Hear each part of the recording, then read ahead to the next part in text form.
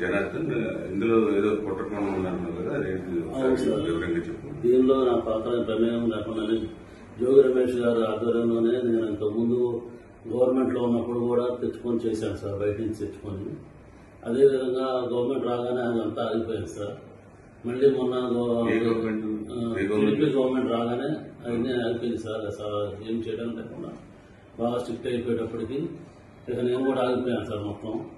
ఆ తర్వాత ఏప్రిల్లో 2025 ఆ టైంలో మళ్ళీ జోగి రమేష్ గారు నేను కాంటాక్ట్ చేసి మాట్లాడదామంటే నేను వాళ్ళ తమ్ముడు ద్వారా మాట్లాడాను సార్.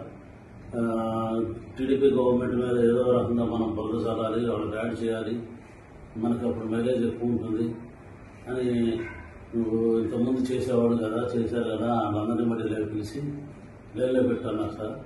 నేను ఇబ్రాహీంపట్నం అనుకున్నా సార్. తర్వాత నేను మా క్లాస్మేట్ జయచంద్ర రెడ్డి తమ్ముడిపల్లి అని తెలిసేటప్పటికి చిత్తూరు జిల్లా, ఉమ్మడి చిత్తూరు జిల్లా వచ్చింది కాబట్టి ముందు అక్కడ ప్లాన్ చేద్దాం, చంద్రబాబు గారిని బ్యాన్ చేయడానికి అక్కడ చేద్దాము. ఇప్పుడు నేను అక్కడ వైన్ షాప్లో వాళ్ళకి వచ్చినాయి, వాళ్ళు చేసుకోలేకపోతే నేను తీసుకుంటున్నానని చెప్పి జోగి రమేష్ గారు చెప్పాను సార్. అయితే అక్కడే ప్లాన్ చేయాలని చెప్పారు. నేను అక్కడ లోపల అతను ఉన్న పాలక సిద్ధాన్ని అతను పట్టుకొని అవన్నీ రూమ్ అద్దెకి తీసుకొని వేరే వాళ్ళ పేరు మీద అక్కడ సెటప్ అంతా చేశాను సార్. చేసిన తర్వాత ఎవరైతే ఉన్నారో వాళ్ళకి తెప్పించి ఇవన్నీ రెడీ చేయించు, మందు తయారు చేయడానికి కావాల్సిన స్పిరిట్, లేబుల్, క్యాప్లు అన్నీ, దాన్ని కలిపేదానికి కావాల్సిన కెమికల్స్ అన్నీ తెప్పించి బాలాజీ ద్వారా చేశాను సార్. అది ఎప్పటికప్పుడు 1 నెల 2 నెలల్లో ఇది ఇలా అంతా రెడీ చేసి పెట్టండి. రెడీ చేసి ఎప్పుడైతే పెడతారో అప్పుడు మొత్తం ఎక్కువగా ఉన్నప్పుడు మీరు ఎవరు లేని సమయం చూసి దాన్ని గవర్నమెంట్ మీద బొజ్జాలి, నీకేం కాదు, నీకు ఏమైనా ఇబ్బంది అని నేను చూసుకుంటాము. నేను బాగా ఆర్థిక ఇబ్బందుల్లో ఉన్నానండి.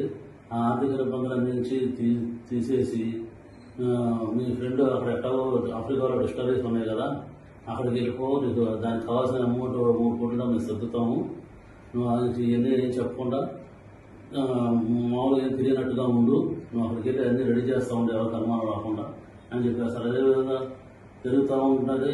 ఏ నెలకానే అక్కడ కుర్రోడు కూడా వెళ్ళిపోతానంటే నేను గట్టిగా అడిగాను సార్, ఇబ్బంది అవుతుంది అని అడిగితే మొన్న సెప్టెంబర్ 20వ తారీఖు తర్వాత ప్లాన్ చేద్దాం, నువ్వు మీ ఫ్రెండ్ ఎక్కడున్నాడో కనుక్కో అంటే నేను కనుక్కుంటే ఆఫ్రికాలో ఉన్నానని చెప్పాడు సార్.